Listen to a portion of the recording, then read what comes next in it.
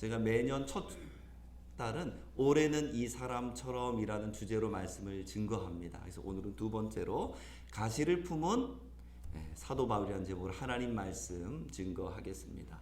아마 신약 성경에서 가장 누구를 존경하냐고 물어본다면 아마 거의 대부분의 성도님들이 사도 바울을 존경한다라고 그렇게 말할 겁니다. 어떤 분들은 기도하는 사도 바울, 어떤 분들은 전도자로서의 사도 바울, 어떤 분들은 능력자로서, 설교자로서, 치료자로서 그런 사도 바울을 또 좋아하고 존경합니다. 그런데 우리가 이렇게 사도 바울을 존경하고 사도 바울과 같이 되기를 원한다면 잊지 말아야 될 것이 있습니다. 그것은 사도 바울에게 있었던 가시도 나의 가시가 돼야만이 우리가 사도 바울처럼 쓰임받는 인생이 될 수 있습니다. 사도 바울이 받았던 연단, 사도 바울이 받았던 훈련은 싫고 그저 사도 바울처럼 쓰임받기 원한다면 하나님은 그렇게 우리를 쓰실 수가 없습니다. 서울대학교를 가려면 어떻게 해야 됩니까? 잠도 줄이고 텔레비도 안 보고 그냥 최선을 다해야 되는데 놀고도 싶고 텔레비도 보고 싶고 친구도 만나고 싶고 서울대도 가고 싶다. 이 두 가지는 함께 할 수가 없습니다. 서울대를 가기 원한다면 이것을 포기해야 되는 것처럼 우리가 사도 바울과 같은 전도자, 사도 바울과 같은 기도자, 사도 바울과 같은 그런 승리자가 되기 원한다면 사도 바울에게 있었던 가시 또한 우리가 품을 수 있어야지, 내 것으로 삼을 수 있어야지 우리들 사도 바울처럼 쓰임받는 인생이 될 수 있습니다. 성경에 보면 하나님이 쓰시는 위대한 인물들이 있습니다. 출애굽의 지도자 모세가 있고요, 하나님의 마음에 합한 다윗이 있고요, 또 세상의 구원자라고 하는 사브낫 바네아라는 별칭을 갖고 있는 요셉이란 인물도 있습니다. 그런데 이들의 삶과 이들의 고난을 떼어놓고 여러분 생각할 수 있습니까? 모세가 40년 연단이 없었다면 어떻게 이 모세가 하나님 앞에 쓰임받는 인생이 될 수 있었겠으며, 다윗이 20년 동안 도망자의 삶이 없었다면 어떻게 다윗이 하나님의 마음에 합한 인물이 될 수 있었겠으며, 요셉이 억울하게 감옥에 갇히지 않았다면, 그런 연단이 없었다면 어떻게 요셉이 큰 인물이 될 수 있었겠습니까? 그러니까 고난과 큰 인물은 같이 비례하는 것입니다. 우리가 바울같이 되기 원한다면 바울에게 있었던 고난과 연단 또한 기꺼이 받아들일 준비가 되어 있어야 합니다. 오늘 우리가 읽은 고린도후서 12장은 사도 바울의 간증입니다. 보통 우리가 간증하면 자기의 좋은 거, 또 뭐 잘난 거, 뭐 그런 것을 말하고 싶어 하는데 사도 바울은 오히려 자기의 부족한 것을 말합니다. 나에게는 가시가 있다. 나에게는 연약한 점이 있다. 그래서 결국은 누구를 증거합니까? 주님을 증거하고 주님을 높입니다. 우리가 간증할 때 조금 조심하지 않으면 나를 드러낼 수가 있습니다. 그렇게 간증은 그것이 아니고 나는 이렇게 부족했음에도, 나는 이렇게 연약했음에도 불구하고 하나님께서 나를 통해서 큰 일을 이루셨다라고 말할 수 있는 것이 간증입니다. 사도 바울도 자기의 뭐 대단한 걸 말하지 않고 내가 이렇게 부족한 사람이었지만은 하나님은 나를 쓰셨다라고 이렇게 말하고 있습니다. 오늘 말씀 우리가 읽은 것처럼 이 사도 바울에게 육체 가시가 있었다라고 말하고 있습니다. 이 가시라는 단어는 스콜라스라는 이 헬란 말입니다. 아이 목사님 그 뭐 가시 그거 뭐 대단하다고 그걸 위해서 3번씩이나 기도합니까? 이 스콜라스라는 이 단어는 가시로 번역될 수도 있고 말뚝으로도 번역될 수 있습니다. 내 허벅지에 만약에 큰 나무 말뚝이 박혔다면, 아니 못이 만약에 내 발바닥에 박혔다면 얼마나 고통스럽습니까? 사도 바울은 그것을 위해서 3번을 기도합니다. 이 3번의 기도는 1번, 2번, 3번이 아니고 아마 작정기도 3번이었을 겁니다. 무슨 금식기도 21일 내지는 40일 금식기도를 아마 3번 정도 하는 그런 특별한 기도를 한 것을 볼 수 있습니다. 그렇다면 사도 바울에게 있었던 이 가시는 도대체 무엇인가? 이 고통은 무엇인가? 학자들은 딱 2가지로 말합니다. 첫 번째는 뭐냐? 안질이었을 것이다. 갈라디아서 6장 11절 말씀 보면 이런 말씀이 있습니다. 내가 여기서부터 큰 글씨를 쓴다. 갈라디아서 1장 1절부터 6장 10절까지는 대필자가 글씨를 씁니다. 그리고 6장 11절부터 18절까지는 사도 바울이 글씨를 쓰는데 글씨를 어떻게 썼다고요? 작게 썼다고요? 크게 썼다고요? 크게 썼다는 것은 사도 바울이 좀 시력이 약한 것을 우리 간접적으로 알 수 있습니다. 사도행전 9장에 보면 사도 바울이 주님을 만나는데 주님을 만났을 때 그의 눈이 멀어서 3일 동안 보지 못하게 됩니다. 3일 만에 눈을 뜨게 됩니다. 그래서 학자들은 아마 그 영향으로 인해서 사도 바울은 앞을 잘 보지 못하는 좀 시력이 약한 그런 사도 바울이 아니었을까 그렇게 생각을 합니다.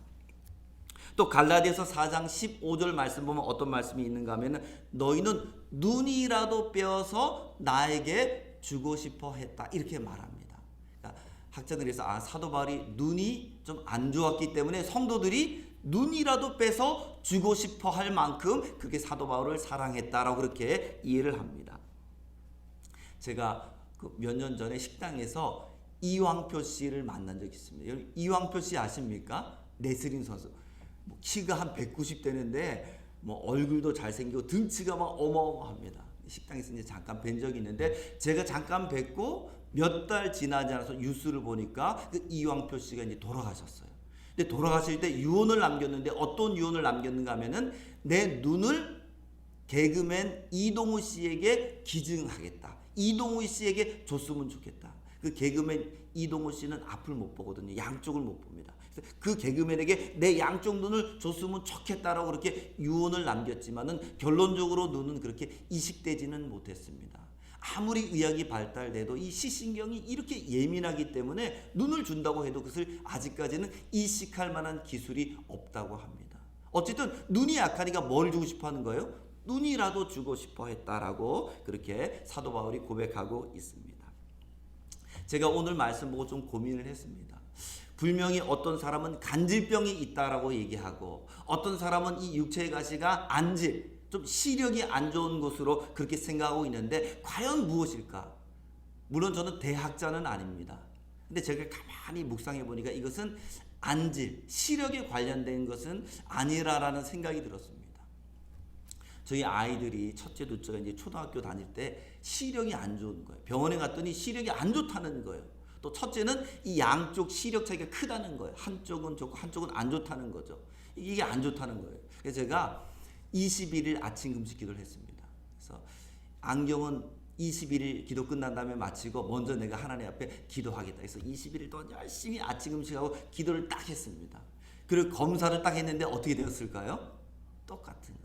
그래서 제가 우리 아이들을 불러서 아빠가 너희들 위해서 21일 금식 기도했지만은 시력이 더 이상 좋지 않으니까 이제는 안경을 맞추는 게 좋겠다. 이렇게 얘기한 적이 있습니다. 근데 만약에 우리 아이들이 이것이 안질이 아니고 시력에 대한 문제가 아니고 만약에 간질이었다. 그럼 저는 어떻게 기도했을까요? 21일 금식을 했겠죠. 아침 금식이 아니고 21일 금식했겠죠. 한 번 했겠습니까? 두 번, 세 번. 어쩌면 정말 나을 때까지 목숨 걸고 아마 기도했겠죠. 그래서 사도 바울이 이 시력을 위해서 이렇게 세 번씩이나 기도하느냐 그런 생각은 들지 않습니다. 저도 오늘 좀 안경이 바뀌었는데 이 다초점 안경입니다. 제가 좀 시력이 안 좋아서 작년 제가 40일 산에서 기도할 때 하나님 앞에 기도했던 제목 가운데 하나가 하나님 제 시력이 좀 좋아졌으면 좋겠습니다라고 40일 기도했는데 그렇게 좋아지지 않아서 오늘 이제 처음으로 다초점 안경을 갖고 왔습니다. 그러니까 시력 같은 것은 조금 나빠도 그렇게 불편하지는 않습니다. 그래서 학자들은 이 사도 바울의 가시는 안질이 아니고 간질일 것이다 그렇게 말합니다. 간질인 증거가 뭐냐? 갈라디아서 4장 14절에 이런 말씀이 있습니다. 너희를 시험하는 것이 내 육체에 있으되 이것을 너희가 업신여기지도 아니하며 버리지도 아니하고 오직 나를 하나님의 천사와 같이 또한 그리스도 예수와 같이 영접하도다. 사도 바울에게 있는 어떤 질병이 있는데 너희가 이것을 업신여기지 않는다. 여러분 혹시 어떤 사람이 장애가 있다, 어떤 사람이 병이 있다, 업신여깁니까? 안 여깁니까? 그렇지 않죠. 불쌍히 여기죠. 앞을 못 본다, 아니면 잘 듣지 못한다, 손을 못 쓴다, 불쌍히 여기지 업신여기지는 않습니다. 그런데 우리가 좀 편견을 갖고 보는 병이 딱 한 가지가 있습니다. 그게 간질병입니다. 간질병. 제가 시골에 학교 다닐 때 저희 반에 그 간질병 있는 친구가 있었거든요. 근데 간질을 좀 자주 봤습니다. 근데 이게 발작 증세가 딱 나타나게 되면은 참 접근하기 어렵습니다. 막 몸을 막 떨고요, 눈이 돌아가고요, 그 막 이 거품이 나고요, 이 보기가 그렇게 예쁜 모습은 아닙니다. 그래서 그 당시에는 이 간질병을 갖다가 이 사탄이 주는 것으로 생각한 사람들도 많이 있습니다. 그래서 갈라디아서 4장 14절 말씀 다시 보면은 버리지도 아니하고라는 이 버리다란 말이 메큐투어라는 말인데, 이 단어는 침을 뱉다라는 말이에요. 침을 뱉다. 그러니까 간질병 있는 사람들은 이 예수님 당시에는 어떻게 고쳤나? 침을 그 사람에게 뱉습니다. 침을 뱉으면 어떻게 하냐? 귀신이 그 사람이 더러워서 접근하지 않으니까 간질병 걸린 사람에게는 침을 뱉었습니다. 그래서 침 뱉지 않았다라는 그런 표현을 볼 때 아마 간질병이 있지 않았을까 생각이 됩니다. 사도 바울은 이것을 위해서 3번 간절하게 기도했지만은 치유되지 않았습니다. 그 대신 사도 바울에게 주님의 음성이 있었습니다. 첫 번째, 이 육체의 가시를 준 것은 너를 겸손하게 하기 위함이다. 두 번째, 하나님의 은혜가 너에게 족하다. 세 번째는 너가 약할 때 하나님이 강하시다. 이런 음성을 듣게 되는 것을 볼 수 있습니다. 하나님은 우리에게 각자 가시를 주셨습니다. 어떤 사람에게는 질병이라는 가시가 있습니다. 히스기야도 질병이 있었고요. 제가 연초에 강남 금식기도원 가니까 김부든 목사님, 포도원교회, 겉으로 볼 땐 농담도 잘하고 좀 우스워 보이잖아요. 우습게 보이잖아요. 가벼워 보이잖아요. 그런데 가만히 간증 들어보니까 그분도 병원에서 1년 이상 있었고 의사가 당신은 한 달 이상 살지 못합니다. 이런 진단을 받고 목숨을 걸고 기도해서 그 병이 낫다 합니다. 지금 있는 모습은 그냥 뭐 농담하고 좀 그렇게 좀 어떻게 보면 좀 농담도 잘하고 가벼워 보이지만은 그 삶의 여정을 보니까 그렇게 연단을 많이 받고 그렇게 훈련을 많이 받고 그렇게 어려움을 많이 받은 목사님도 없을 정도로 그런 많은 고난을 겪었습니다. 김문훈 목사님에게는 질병이라는 가시가 있었습니다. 어떤 분들에게는 가난이란 가시가 있습니다. 신명기 8장 3절 말씀 보니까 너를 낮추시며 너를 줄이게 하시고 굶주리게 하시고 가난하게 하시는 것도 하나님의 섭리 가운데 하나입니다. 가난이라는 물질의 어려움이라는 가시도 있습니다. 또 한 가시는 뭐냐? 또 한 가시는 사람이란 가시가 있습니다. 사람이란 가시. 때로는 남편이, 때로는 자녀가, 때로는 직장 동료가, 때로는 교회에서, 때로는 만나는 어떤 사람이 가시처럼 나를 힘들게 하는 가시 같은 사람이 있습니다. 가시 같은 사람을 주신 목적은 무엇입니까? 그 가시 같은 사람을 통해서 하나님을 또 바라보고 또 그 가시를 품을 수 있는 넓은 큰 사람이 되도록 하기 위해서 때로는 하나님은 우리에게 가시 같은 사람도 붙여 주십니다. 그래서 오늘 제가 말씀드리고 싶고 적용하고 싶은 것은 이것입니다. 가시를 품은 사도 바울이란 이 제목을 통해서 혹시 우리 주변에 가시 같은 사람이 있을 수 있거든요. 나를 힘들게 하고 나를 어렵게 하는 사람이 있을 수 있는데 그 사람을 품을 수 있는 여러분 되기를 주님의 이름으로 축복합니다. 이스라엘 근처에 가장 가까운 지역에 있었던 나라가 블레셋입니다. 그러니까 이스라엘이 잘못만 하면은 블레셋이 쳐들어와 가지고 이스라엘을 괴롭히고 힘들게 합니다. 그런데 블레셋이 있는 것이 육체적으로는 괴롭지만 영적으로는 큰 유익이에요. 왜? 블레셋이 쳐들어올 때마다 하나님 앞에 기도하고 이스라엘이 회개하고 하나님 앞에 나아가니까 어쩌면 블레셋이 있는 것이 이스라엘 백성들에게는 영적으로는 큰 유익입니다. 가시 같은 이웃이, 가시 같은 블레셋이 오히려 이스라엘에게는 큰 영적 유익을 주는 것을 볼 수 있습니다. 야곱이 아버지의 축복을 받고 외삼촌의 집에 가서 라반을 만납니다. 근데 여러분, 라반이 좀 좋은 사람입니까? 아니면은 좀 아주 그냥 심술 굳은 사람입니까? 보통 심술이 굳은 사람이 아니에요. 그러니까 자기의 딸을 준다는 명목하에 14년 동안이나 돈도 하나 안 주고 그냥 일을 시킵니다. 나머지 6년 동안은 어떻습니까? 나머지 6년 동안 품삯을 10번이나 변경했다. 그러니까 늘 자기에게 유리하게 이렇게 했다가 저렇게 했다 이렇게 말합니다. 거기서 야곱이 얼마나 힘들었는지 모릅니다. 그런데 이 야곱이 라반을 만나는 것은 축복입니까? 저주입니까? 축복이에요. 축복. 인간적으로 보면 괴롭고, 인간적으로 보면 힘들고, 인간적으로 보면 고통스럽지만 그 라반으로 인해서 야곱이 성숙되어지고 변화되고 하나님의 사람으로 다듬어지는 것을 볼 수 있습니다. 그 노사연 씨가 부른 노래 가운데 우리 만남은 우연이 아니야. 그것은 우리의 바람은 아닙니다. 라반 같은 사람을 만나는 것은 우리의 바람이 아니고 그것은 누구의 바람이? 하나님의 바람, 하나님의 계획, 하나님의 섭리입니다. 우리는 좋은 사람 만나고 싶어요. 우리는 우리를 위해주는 사람, 다정한 사람, 친절한 사람을 만나고 싶어 하는데 때로는 인생을 살다 보면 직장에서, 교회에서, 이웃에서 가시 같은 사람을 만날 수 있는데 그것은 우리의 바람은 아닙니다. 그것은 하나님의 계획이고 하나님의 섭리입니다. 여러분, 라반을 만난 것은 우연히 만났습니까? 운명적으로 만났습니까? 운명적으로 하나님의 주권과 섭리 가운데 만났습니다. 세상에 우연은 없어요. 하나님의 섭리 속에 우연이라는 건 없습니다. 그렇다면 나를 힘들게 하는 그 사람을 만난 것 또한 뭐 가운데 있는 거예요? 하나님의 절대 주권 가운데 있는 거예요. 한번 따라하겠습니다. 하나님의 절대 주권. 하나님의 주권과 계획이 아니고서 일어난 일은 세상에 하나도 없습니다. 나뭇잎 하나라도 하나님의 주권과 섭리가 아니면 떨어질 수 없는 거예요. 하물며 우리 인생 가운데 만나는 사람이 우연히 만났다? 우연히 만나는 사람은 한 사람도 없습니다. 그 목사님, 그 나를 힘들게 하는 그 사람은 그러면 어떻게 만났습니까? 하나님의 주권 가운데, 하나님의 섭리 가운데 나를 다듬고 나를 성장시키고 나를 성숙시키기 위해서 하나님이 운명적으로 만나게 하신 것이지 우연히 만난 사람은 아무도 없습니다. 저도 지나고 보니까 이제 교육자 생활도 오래 했는데 보니까 때로는 나에게 힘이 되어주는 사람, 저를 위해서 금식도 해주고요, 저에게 용기를 주는 사람도 있었고 어떤 사람은 저를 힘들게 하는 사람도 있었는데 지나고 보니까 나를 힘들게 했던 사람이 오히려 더 하나님의 축복이었던 거예요. 그 사람으로 인해서 더 기도하게 되고 그 사람으로 인해서 겸손하게 되고 그 사람으로 인해서 제 마음의 폭을 더 넓힐 수 있게 되었습니다. 사람을 바라보는 눈을 여러분 좀 바꾸시기 바랍니다. 가시 같은 사람도 믿음의 눈으로 보면은 하나님의 축복임을 여러분들 믿으시기 바랍니다. 복이 나름인 거죠. 인간의 눈으로 보면은 그것은 시험이고 저주이지만은 믿음의 눈으로 보면 그것은 하나님의 축복입니다.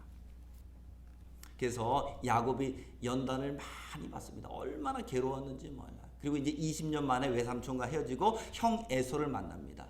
야곱과 에서는 쌍둥이 지간입니다. 저랑 친한 목사님, 한 10살 정도 많은 목사님인데 쌍둥이에요. 쌍둥이. 지난번 장례식 가서 한번 봤는데 진짜 똑같이 생겼어요. 제가 조문하러 딱 갔는데 저분이 제가 아는 목사님인지 그 목사님이 형님인지 구분이 안 되더라고요. 똑같이 생겼어요. 근데 늘 그 목사님 저희 만나면은 형제가 다 목사님이십니다. 한 분은 저희 합동측, 또 그 형님은 통합주 목사님인데 그 합동측에 있는 그 목사님이 늘 말해요. 형에 대해서 뭐라고 하느냐? 형이라고 말한 적 한 번도 없습니다. 맨날 뭐라고 하냐? 걔가. 저 이름을 몰라요. 걔는 목회를 왜 그렇게 하고 걔는 왜 형인데 맨날 걔래요. 걔가 어떻게 했다. 그러니까 쌍둥이 동생은 쌍둥이 형에 대해서 존댓말 하지 않습니다. 잘 하지 않습니다. 그런데 야곱이 20년 만에 에서를 만났을 때 어떻게 합니까? 성경에 보니까 절을 몇 번 했다고요? 7번. 부모한테도 7번 절을 안 하잖아요. 근데 형님이 저기서 오는데 이 야곱이 형님을 해서 절을 7번 쫙 합니다. 그리고 형님을 향해서 딱 첫 번째 하는 말이 뭡니까? 형님의 얼굴을 보니까 누구의 얼굴을 본 것 같다? 하나님의 얼굴 같습니다. 세상에 조 목사 지금까지 하나님의 얼굴 같다고 말한 적이 한 번도 없어요. 하나님의 얼굴 같습니다. 하나님의 얼굴을 본 것 같습니다. 얼마나 형님을 높입니까? 그리고 형님을 만날 때 어떻게 합니까? 자기네 재산 가운데 거의 3분의 1 정도를 형님에게 선물로 쫙 드립니다. 에서는 똑같아요. 철부지. 20년 지났는데 그냥 칼을 가지고 동생 혼나겠다고 그냥 군인들을 이끌고 옵니다. 하나도 안 변했어요. 근데 야곱은 변했습니다. 야곱은 왜 변했습니까? 기도로 변한 게 아니에요. 성경 보아서 변한 게 아니에요. 야곱은 뭘로 변했습니까? 라반이 변화시킨 거예요. 그래서 그 만남이 복된 만남이에요. 기도와 말씀으로 변한 게 아니고 라반을 통해서 야곱이 변화됐던 거예요. 그래서 하나님 우리에게 라반 같은 사람을 따라서 운명적으로 만나게 하신다. 할렐루야. 그것을 감수할 수 있다면 여러분은 성숙된 신앙입니다.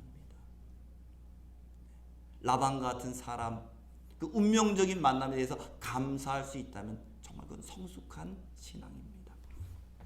한나도 마찬가지잖아요. 한나가 아이를 못 낳으니까 엘가나가 둘째 부인을 얻습니다. 분인나. 근데 그 둘 사이가 어땠습니까?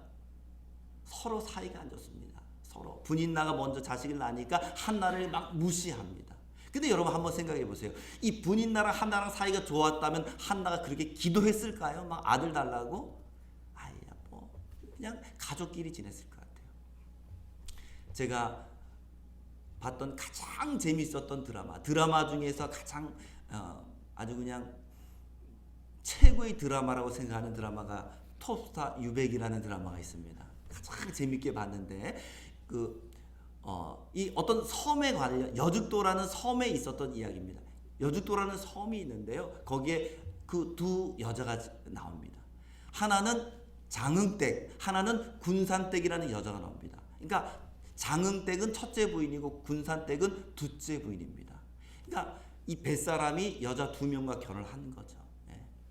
그 드라마 설정상 또 자녀를 못 갖게 되니까 둘째 부인까지 얻게 되었는데 남편은 죽고 첫째 부인, 둘째 부인이 같이 삽니다. 근데 뭐 서로 얼마나 재밌게 잘 사는지 몰라요. 서로 얼마나 위하는지 모릅니다. 그런데 둘째 부인인 군산댁이 어느 날 치매가 왔다는 걸 알게 되었어요.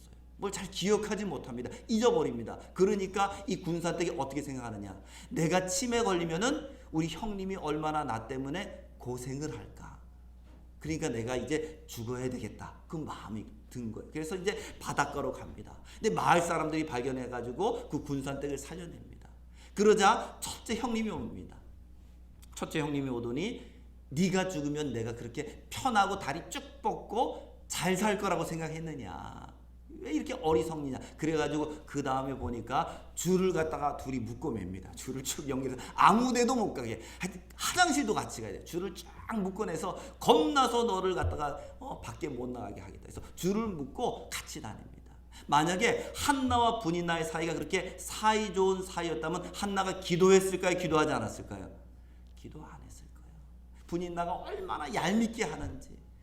애도 못 낳는 여자가 이렇게 하면서 얼마나 괴롭게 하는지, 얼마나 자존심을 긁는지. 그리고 거기 남편 엘가나도 지혜가 없는 것 같아요. 왜? 제사 드린 다음에 음식이 딱 남았는데 한나에게는 어떻게 합니까? 2배 음식을 갖다, 살찌라고 주는 건지 뭐 음식을 2배로 쫙 갖다 줍니다. 그것도 보는 데서. 이거는 어떻게 돼요? 더 그냥 약 올리는 것밖에 안 되죠. 저 같으면 따로 불렀을 거예요. 따로 다 불러서 뭐 이렇게 음식을 준다든지 아니면 뭘 선물을 준다든지 다 보는 앞에서 2배를 주니까 더 막 약 올라서 더 괴롭힙니다. 그것 때문에 한나가 어떻게 됩니까? 더 기도 많이 하는 거죠. 성경에 보니까 기도를 얼마나 오래 했는지 몰라요. 기도는 하루아침에 오래 할 수 있는 게 아니에요. 제가 지난번에도 우리 이름비 저녁 기도회 때 말씀드렸는데 나는 은퇴하면은 기도로 남은 생애를 보내겠다. 여러분 기도가 하루아침에 오래되는 거 아닙니다. 하루아침에 2시간 할 수 있는 게 아니에요. 기도가 다져져야 돼요. 10분, 20분, 30분, 1시간, 2시간 다져져야지 2시간씩 하지. 어느 날 갑자기 시간 많다고 기도 2시간 하는 거 절대 아닙니다. 한나가 기도를 많이 했다는 것은 평상시에 기도를 오래 했다는 거죠. 그러니까 이 분인나가 있었기 때문에 한나라는 위대한 기도 여자가 나올 수 있게 된 것입니다. 하나님은 우리를 사람으로 훈련시킵니다. 제가 가끔 저희 집에 칼도 좀 갈고 또 지하 식당에 칼이 묻으면 칼을 가는데 여러분 칼을 뭐로 갑니까? 1번 플라스틱, 2번 뭐 나무, 3번 스펀지 뭘로 갑니까? 칼은 더 단단한 걸로 갈아야 돼요. 철로 갈든지 더 단단한 걸로 갈아야지 이 칼이 갈립니다. 사람도 마찬가지예요. 하나님은 우리를 무엇으로 우리를 연단시킵니까? 사람은 사람을 통해 연단시킵니다. 잠언서 27장 17절 철이 철을 날카롭게 하는 것이 사람이 그의 친구의 얼굴을 빛나게 한다. 현대인의 성경은 이렇게 번역합니다. 철이 철을 날카롭게 하는 것 같이 사람이 날카롭게 한다. 사람은 뭘로 다듬는다고요?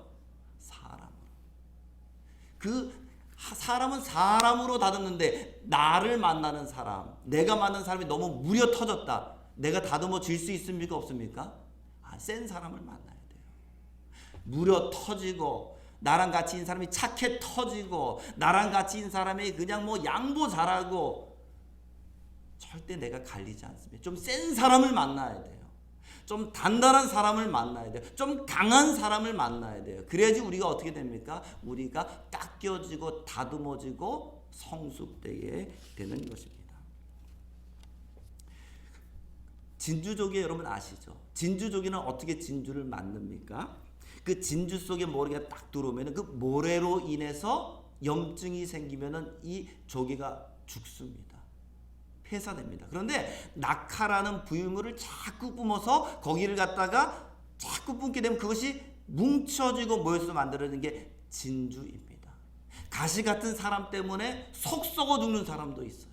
근데 가시 같은 사람 때문에 진주 같은 보석 같은 신앙으로 성숙되는 사람도 있습니다.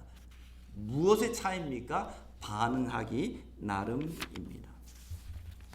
제가 우리 지난 한 주 동안 저녁 기도했는데 너무 감사했어요. 많은 분들이 나와서 기도했던 거 감사했습니다. 근데 안타까웠던 게 있어요. 그게 뭐냐면은 기도를 하는데 좀 이렇게 깊이 기도를 못하는 분들이 몇 분 계시는 것 같아요.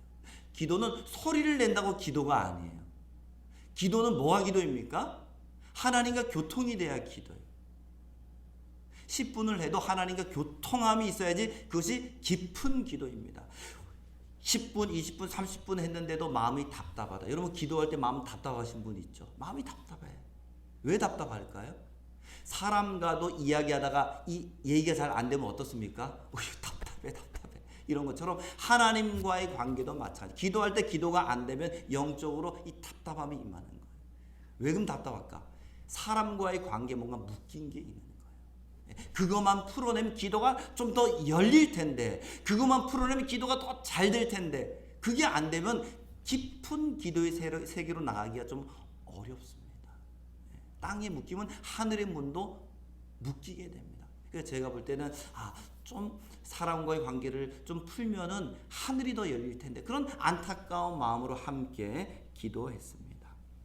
여러분 혹시라도 여러분들 마음속에 가시 같은 사람 와서 상처 준 것들이 있다면 다 용서하시기 바랍니다. 용서는요 사람을 용서하는 게 아니에요. 용서는 뭘 용서하는 겁니까?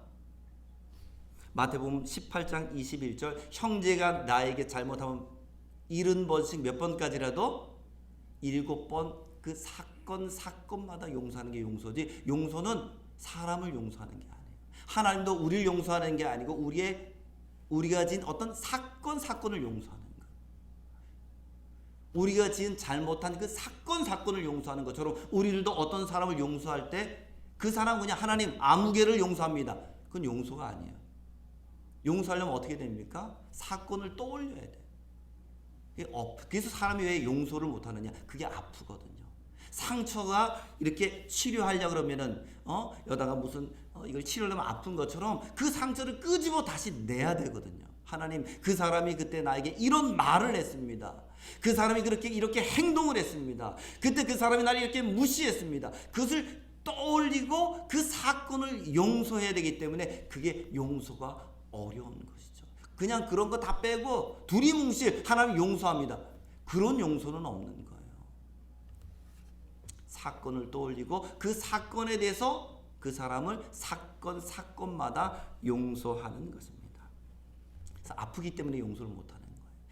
또 이 용서는 내 힘으로 되는 게 아닙니다. 우리 지난번 우리 김미진 간사 우리 강의 들었는데 김미진 간사 용서하지 못한 사람이 있는 거예요. 자기의 돈을 몰래 가져가서 떼어먹은 사람이 있는 거예요. 하나님이 자꾸 그런 거예요. 너 용서해야 된다. 용서해야지 내가 축복을 받는다. 절대 용서 못합니다. 그렇게 맨날 씨름하는 거예요. 기도할 때마다 씨름하는 거예요. 용서해라. 용서 못합니다. 어느 날 결단을 내렸습니다. 하나님 나는 못하겠습니다. 그래서 하나님이 용서할 수 있는 은혜와 마음을 주십시오. 그리고 일주일을 금식합니다. 하나님, 내 힘으로는 안 되니까 하나님의 힘으로 용서할 수 있게 하나님 나에게 힘을 주십시오. 일주일 동안 금식 기도합니다. 그러니까 일주일 금식 기도가 끝나니까 그에게 용서할 수 있는 마음이 부어졌습니다. 용서는 내 힘으로 하는 게 아닙니다. 하나님의 힘으로 하는 것입니다. 오늘 말씀 결론 맺겠습니다. 다윗에게는 수많은 가시가 있었습니다. 그를 질투하는 형들이 있었고, 그를 죽이려고 했던 사울 왕이 있었습니다. 춤추는 그를 조롱했던 미갈이 있었고, 또 가난했을 때 그를 우습게 했던 나발이란 사람도 있습니다. 다윗을 저주했던 시므이라는 사람도 있습니다. 그러나 다윗은 어느 누구에게도 복수하지 않습니다. 그 모든 사람을 다 어떻게 합니까? 다 가슴에 품고 갑니다. 다윗이 시편 23편에서 뭐라고 고백합니까? 여호와는 나의 목자시니 내게 부족함이 많다 적다? 왜 다윗은 이렇게 자기를 괴롭히는 수많은 사람이 있었음에도 내 인생에는 왜 이런 사람들만 만나서 왜 이렇게 괴롭고 힘듭니까? 라고 말하지 않고 다윗은 여호와는 나의 목자시니 내게는 뭐가 없다? 부족한 것이 없습니다. 왜? 그 사람들은 하나님이 나에게 보내주신 가시 같은 선물이니까. 하나님이 나를 성장시키기 위해서 보내주시는 가시 같은 선물이니까 감사합니다. 여호와는 나의 목자시니 내게 부족함이 없으리로다. 이런 고백이 저와 여러분들의 고백이 되기를 주의 이름으로 축복합니다. 하나님 아버지, 우리 인생 가운데 수많은 가시